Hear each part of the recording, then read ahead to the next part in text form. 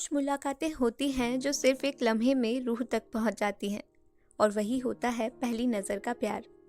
ये कहानी है आर्यन और ईशानी की, दो दिलों की जो सिर्फ 3 दिनों में एक दूसरे की रूह में बस गए। शहर की भीड़ भाड़ से दूर कसौली की उन धुंधली पहाड़ियों में एक अजीब सी खामोशी थी।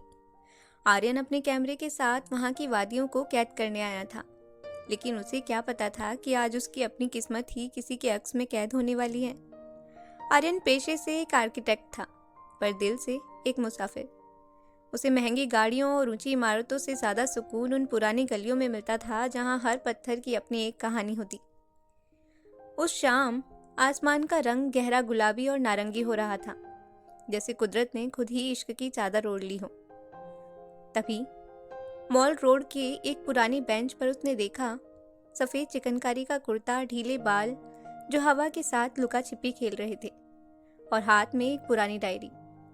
उसका नाम था ईशानी, जो आर्यन को बाद में पता चला, लेकिन उस पल के लिए वो बस एक एहसास थी। वो अपनी डायरी में कुछ लिख रही थी और कभी कभी रुककर डूबते सूरज को ऐसे देखती जैसे वो उससे कोई पुरानी शिकायत कर रही हो।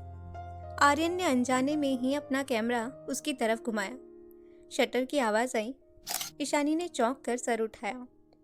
उसकी आंखें, आर्यन ने आज तक इतनी गहरी आंखें कभी नहीं देखी थी।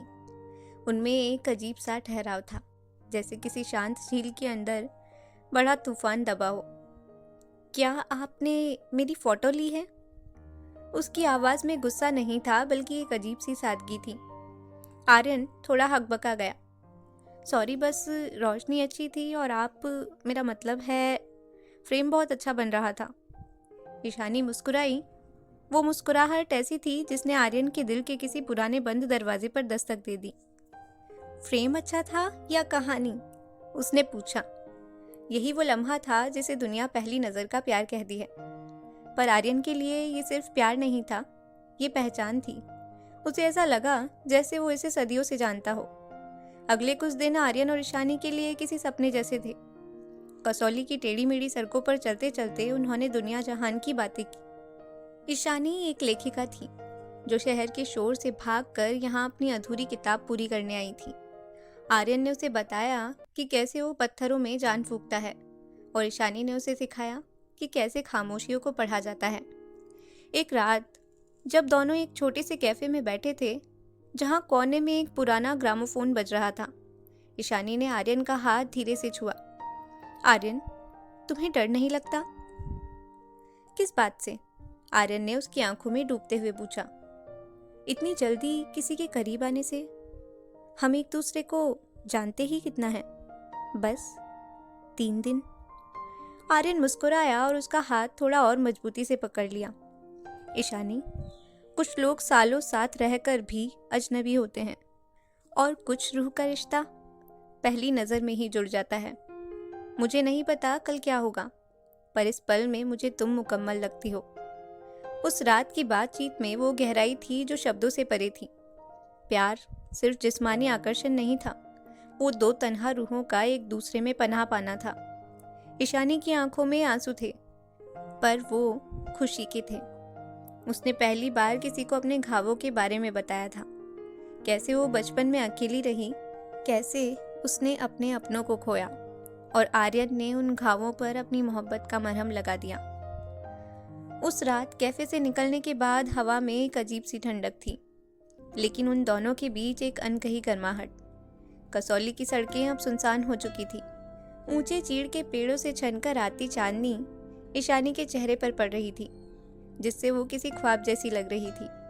आर्यन खामोश था, पर उसका दिल शोर कर रहा था। वो सोच रहा था कि क्या वाकई मुमकिन है कोई इंसान आपको कुछ ही घंटों में इतना अपना लगने लगे कि उसके बिना पूरी जिंदगी अधूरी महसूस हो। आर्यन, ईशानी ने उसका नाम पुकारा। उसकी आवाज़ में एक थरथराहट थी। आर्यन उसकी तरफ मुड़ा। अगर ये सब एक सपना हुआ तो?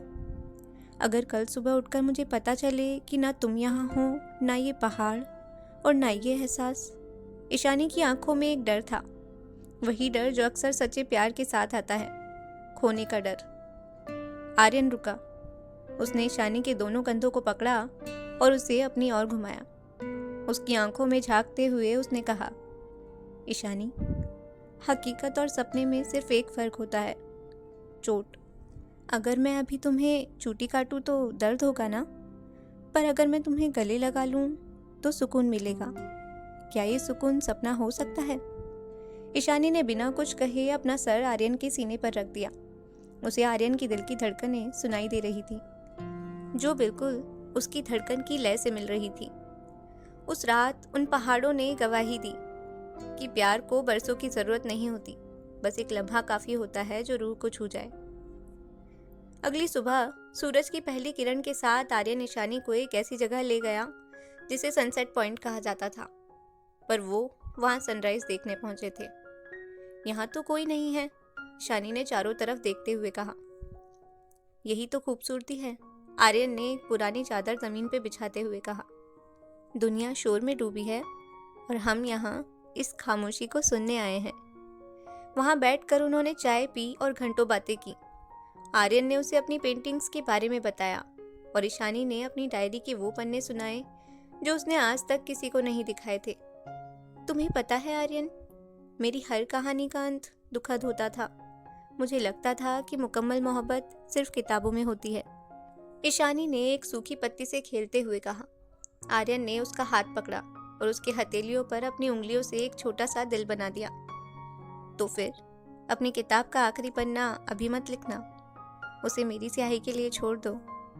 उनका रोमांस जिस्मानी नहीं था, वो जज्बाती था। एक दूसरे की आंखों में बिना पलक झपकाए देखना, चलते चलते अचानक हाथ छू जाना और एक दूसरे की पसंद नापसंद को बिना बताए समझ लेना। आर्यन को पता चल गया था कि ईशानी को फीकी चाय पसंद है और ईशानी जान गई थी कि आर्यन को पुरानी इमारतों की दरारों में खूबसूरती नजर आती है। लेकिन हर खूबसूरत कहानी में एक मोड़ आता है। तीसरे दिन की दोपहर को ईशानी के फोन पर एक कॉल आया जिसने उसका चेहरा सफेद कर दिया। उसके हाथ कांपने लगे। क्या हुआ ईशानी? आर्यन ने घबराकर पूछा। मुझे अभी निकलना होगा आर्यन, घर से फोन है, पापा की तबीयत अचानक बहुत खराब हो गई है। ईशानी की आवाज भरा रही थी। आर्यन ने एक पल भी नहीं गंवाया। मैं तुम्हें छोड़ देता हूँ, तुम्हारी गाड़ी कहाँ है? नहीं आर्यन, तुम्हें यहाँ अपने प्रोजेक्ट के लिए रुकना था, मैं टैक्सी कर लूंगी। उसने मना किया, पर उसकी आंखों में साफ दिख रहा था कि उसे इस वक्त आर्यन की सबसे ज्यादा जरूरत थी। ईशानी, जिस दिन तुम्हें पहली बार देखा था उसी दिन मेरा सबसे बड़ा प्रोजेक्ट तुम बन गई थी। बाकी सब इंतजार कर सकता है, पर मेरा प्यार नहीं। उस सफर में जो पहाड़ियों से शुरू होकर शहर की भीड़ तक जा रहा था, दोनों खामोश थे, पर वो खामोशी भारी नहीं थी। वो एक वादा थी कि चाहे जो भी हो जाए मैं तुम्हारे साथ हूँ। शहर पहुंचते ही माहौल बदल गया। अस्पताल की गंध, मशीनों की आवाज और लोगों का शोर। ईशानी अपने पिता के कमरे के बाहर बदहवास सी बैठी थी। आर्यन साये की तरह उसके साथ खड़ा हुआ था। उसने ना खाना खाया और ना सोया। वो बस ईशानी के लिए कॉफी लाता, उसके सर पर हाथ रखता और यकीन दिलाता कि सब ठीक हो जाएगा। एक रात जब अस्पताल के कॉरिडोर में रोशनी मध्यम थी, ईशानी ने आर्यन से आकर कहा, तुम वापस जा सकते हो आर्यन, तुमने मेरे लिए बहुत कुछ किया है, पर हमारी मुलाकात तो सिर्फ 3 दिन पुरानी है। तुम क्यों अपनी जिंदगी रोक रहे हो? आर्यन उसकी तरफ बढ़ा, उसके चेहरे को अपने हाथों के बीच लिया और बहुत धीरे से उसके माथे को चूम लिया।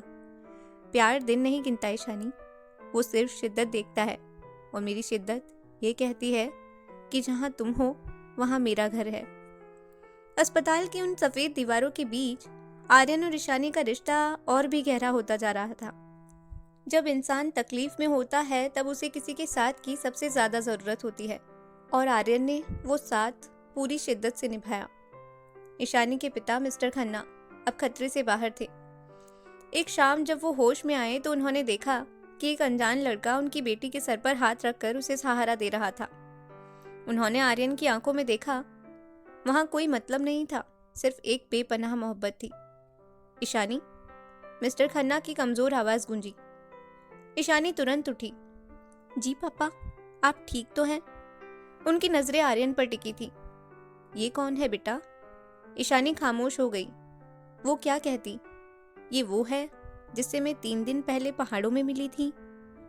नहीं, ये जवाब अधूरा होता। उसने आर्यन की तरफ देखा और आर्यन ने मुस्कुराकर उसका हाथ थाम लिया। नमस्ते अंकल, मैं आर्यन हूँ। मैं वो इंसान हूँ जो आपकी बेटी का हाथ ताउम्र थामना चाहता है, आर्यन ने बिना किसी झिझक के कहा। मिस्टर खन्ना की आंखों में हैरानी थी। शहर की इस भाग दौड़ भरी जिंदगी में, जहाँ लोग महीनों तक एक दूसरे को समझने का नाटक करते हैं, वहाँ एक लड़का 3 दिन के परिचय को जिंदगी भर का वादा बता रहा था।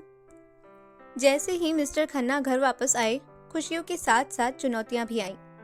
ईशानी एक अमीर और रसूखदार खानदान से थी। उसके लिए पहले से ही कई बड़े घरानों के रिश्ते आ रहे थे।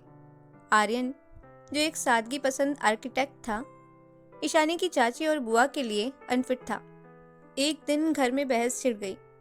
ईशानी, तुम पागल हो गई हो? एक मुसाफिर, एक पेंटर के पीछे अपनी जिंदगी क्यों खराब कर रही हो? उसका ना कोई ठिकाना है, ना कोई तुम्हारी टक्कर की हैसियत, उसकी बुआ चिल्लाई। ईशानी की आंखों में आंसू थे, पर उसका इरादा पत्थर जैसा था। बुआ, हैसियत बैंकों के बैलेंस से नहीं, दिल के सुकून से तय होती है। उसने मुझे तब संभाला जब आप सब अपनी किटी पार्टीज में बिजी थे। उसने मेरी रूह को देखा है, मेरी दौलत को नहीं। उधर आर्यन को भी अपनी तरफ से संघर्ष करना पड़ रहा था। उसके दोस्त उसे समझा रहे थे, भाई तू कहाँ इस झमेले में पड़ गया? वो अमीर खानदान की लड़की है, तुझे कभी अपना नहीं पाएगी। पर आर्यन का जवाब सिर्फ एक था, अगर समंदर को साहिल से प्यार हो जाए तो शहर की भीड़ नहीं देखता। मुझे बस ईशानी की आंखों में वो भरोसा चाहिए, बाकी दुनिया से मुझे मतलब नहीं। आर्यन ने फैसला किया कि वो मिस्टर खन्ना से अकेले में बात करेगा। वो उनके पास गया और अपनी सारी जमा पूंजी, अपने सपने और अपनी ज़मीन के कागजात उनके सामने रख दिए। अंकल, मैं शायद आपके जितना अमीर नहीं हूँ, पर मैं वादा करता हूँ कि ईशानी की आंखों में कभी वो आंसू नहीं आने दूंगा जो उसे अकेला महसूस कराए। मैं उसके लिए वो घर बनाऊंगा जहाँ प्यार की दीवारें होंगी। मिस्टर खन्ना ने कागजात नहीं देखे, उन्होंने आर्यन की आंखों में देखा।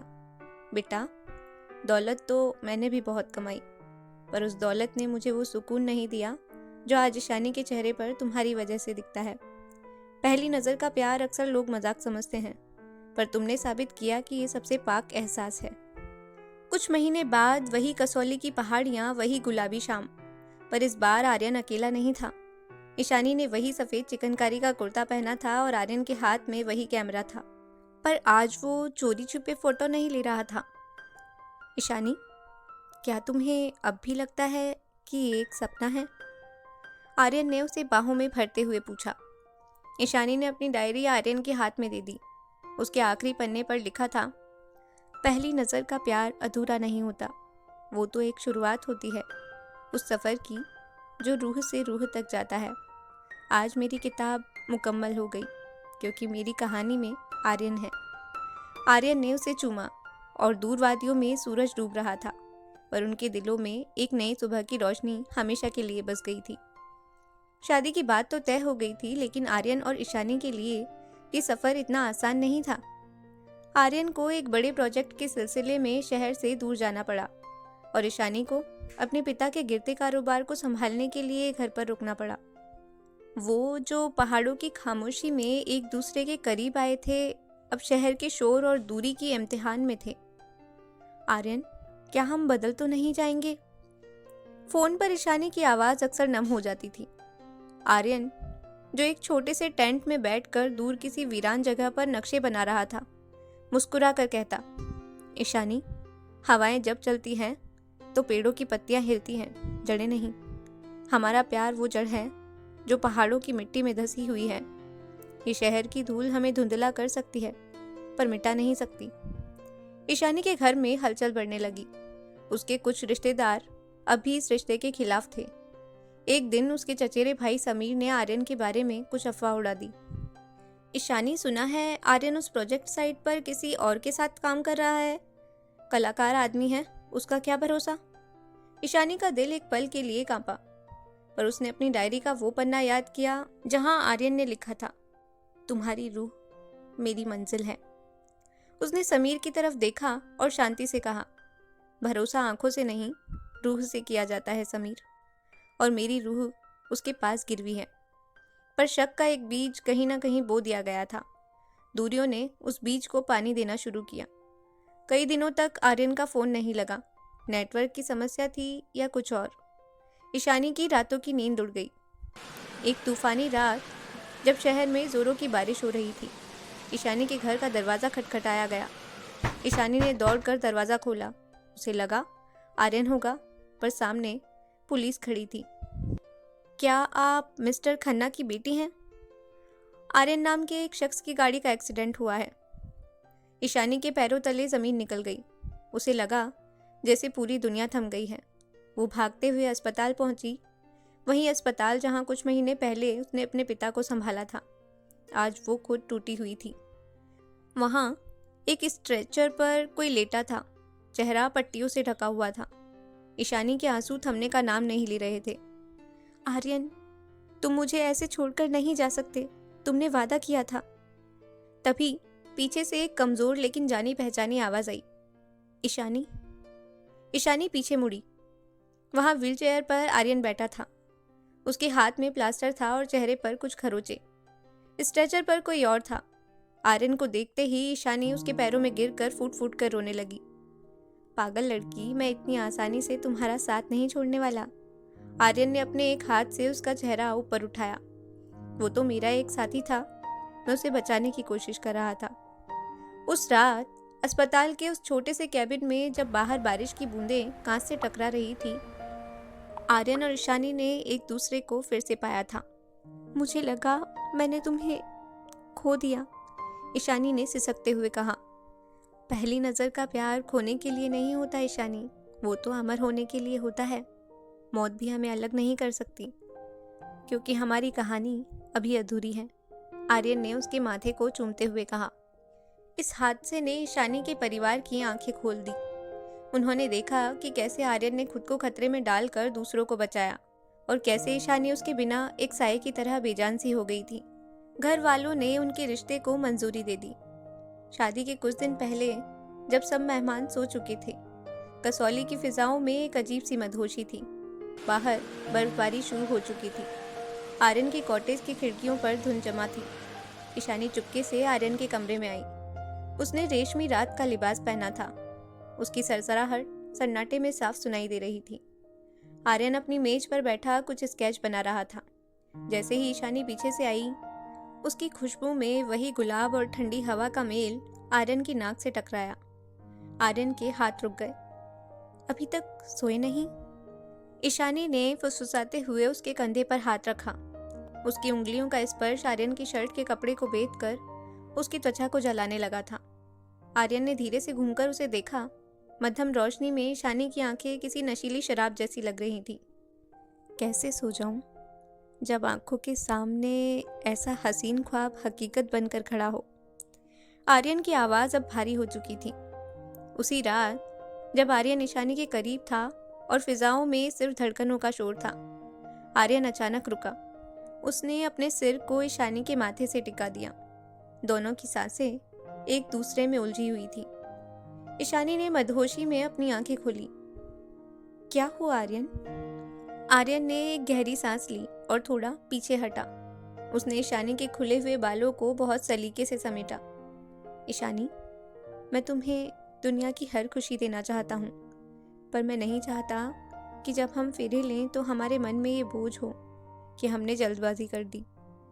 ईशानी उसे हैरानी से देखती रही। आर्यन ने उसका हाथ चूम कर कहा, मैं चाहता हूँ कि जब मैं पहली बार तुम्हारा घूंघट उठाऊं तो वो हक मुझे खुदा और समाज से मिला हो। ये जो तड़प है ना, ये जो इंतज़ार है ना, ये हमारे प्यार को और गहरा बनाएगा। अधूरापन ही तो प्यार को मुकम्मल करने की जिद पैदा करता है। ईशानी की आंखों में आर्यन के लिए इज्जत और बढ़ गई। उसने मुस्कुराकर आर्यन का हाथ थाम लिया। तुम सही कह रहे हो, ये जो फैसला है यही तो इस मिलन की असली कीमत तय करेगा। अब वो जादुई पल आ चुका था जब ये दोनों एक होने वाले थे। वही पहाड़ी, वही कसौली और वही पुरानी हवेली। शहनाइयों की गूंज में जब आर्यन और ईशानी ने अग्नि के 7 फेरे लिए तो हर फेरे के साथ एक पुरानी याद ताज़ा हो रही थी। वो पहली मुलाकात, वो कैमरे की आवाज़, वो अस्पताल की रात और वो शहर का इंतज़ार। जब आर्यन ने ईशानी की मांग में सिंदूर भरा तो उसकी आंखों में एक चमक थी। जीत की चमक। मिसेस आर्यन, उसने उसके कान में धीरे से फुसफुसाया। ईशानी मुस्कुराई। मिस्टर ईशानी। शादी हो चुकी थी और फिर आई वो रात, शादी की रात। कसौली की उन्हीं वादियों में गूंजती हुई शहनाइयाँ अब शांत हो चुकी थी। कमरे में मोगरे और गुलाब के फूलों की खुशबू इतनी गहरी थी कि सांस लेना भी एक नशा लग रहा था। ईशानी बिस्तर पर बैठी थी, भारी लाल जोड़ा, माथे पर बिंदिया और घूंघट के पीछे छिपी वही शर्मीली आंखें। दरवाजा खुला और आर्यन अंदर आया। आज उसका चलना, उसकी आहट, सब कुछ अलग था। आज वो सिर्फ एक प्रेमी नहीं, उसका हमसफर था। उसने पास आकर धीरे से ईशानी का घूंघट उठाया। ईशानी ने अपनी पलकें झुका ली। 3 महीने, आर्यन ने फुसफुसाते हुए कहा। क्या 3 महीने? ईशानी ने धीमे से पूछा। 3 महीने 7 दिन और 12 घंटे मैंने इस लम्हे का इंतजार किया है। आर्यन ने उसके चेहरे को अपने हथेलियों में लेकर कहा। अब कोई बंदिश नहीं और न ही कोई अधूरापन। जब आर्यन ने उसकी गर्दन पर अपनी उंगलियों से सहलाया तो ईशानी के शरीर में एक सिरहन दौड़ गई। इस बार जब वो दोनों जुड़े थे तो ये जुड़ाव पहले से कहीं ज्यादा गहरा और रूहानी था, क्योंकि इसमें सब्र का फल शामिल था। उस रात चांद भी बादलों के पीछे छिप गया, जैसे वो इन दोनों प्रेमियों को उनकी निजी दुनिया की प्राइवेसी देना चाहता हो। परसों बाद जब शहर बदल गए, लोग बदल गए और वक्त की लकीरें उनके चेहरों पर साफ दिखने लगी, तब भी आर्यन और ईशानी के बीच कुछ ऐसा ही था जो कभी पुराना नहीं हुआ। सर्दियों की एक सुनहरी दोपहर थी। आर्यन अपनी खिड़की के पास बैठा कुछ पुराने स्केच देख रहा था। तभी ईशानी हाथों में 2 प्याली चाय लेकर आई। आज भी उसकी चूड़ियों की खनक आर्यन के दिल की धड़कन तेज कर देती थी। आर्यन ने चाय की चुस्की लेते हुए ईशानी की तरफ देखा। ईशानी, क्या तुम्हें याद है वो पहली नज़र, वो डर और वो इंतज़ार? ईशानी मुस्कुराई। उसकी आंखों में आज भी वही चमक थी जो कसौली की उन पहाड़ियों में पहली बार दिखी थी। उसने आर्यन का हाथ अपने हाथों में लिया और कहा, आर्यन, पहली नज़र का प्यार सिर्फ एक शुरुआत थी, लेकिन उस प्यार को रोज़ाना फिर से पाना ही असली जीत है। हमने सिर्फ जवानी में प्यार नहीं किया, हमने एक दूसरे की झुर्रियों से भी मोहब्बत की है। आर्यन ने कैमरा उठाया और एक आखिरी बार ईशानी की तस्वीर ली। इस बार तस्वीर में कोई जवान लड़की नहीं, बल्कि एक मुकम्मल जिंदगी थी। कहते हैं कि पहली नज़र का प्यार अक्सर कहानियों में ही मिलता है, पर आर्यन और ईशानी की ये दास्तान गवाह थी कि अगर नीयत साफ हो और इंतज़ार में सब्र, तो एक पल की मुलाकात भी 7 जन्मों का बंधन बन जाती है। प्यार का असली मतलब सिर्फ पास आना नहीं होता, बल्कि एक दूसरे की रूह में बस जाना होता है। वक्त गुजरा, मौसम बदले और बदल गई ये दुनिया सारी, पर आज भी रूह में बसी है वो पहली नज़र की खुमारी। तो आज की कहानी में बस इतना ही। अगर कहानी पसंद आई हो तो लाइक और शेयर करें, और ऐसी ही और कहानियों के लिए हमारे चैनल स्टोरी टेलर लीना को ज़रूर सब्सक्राइब करें। और हाँ, एक बात और, अगर कहानी को आपने यहाँ तक सुना तो उसके लिए आपका दिल से बहुत बहुत धन्यवाद।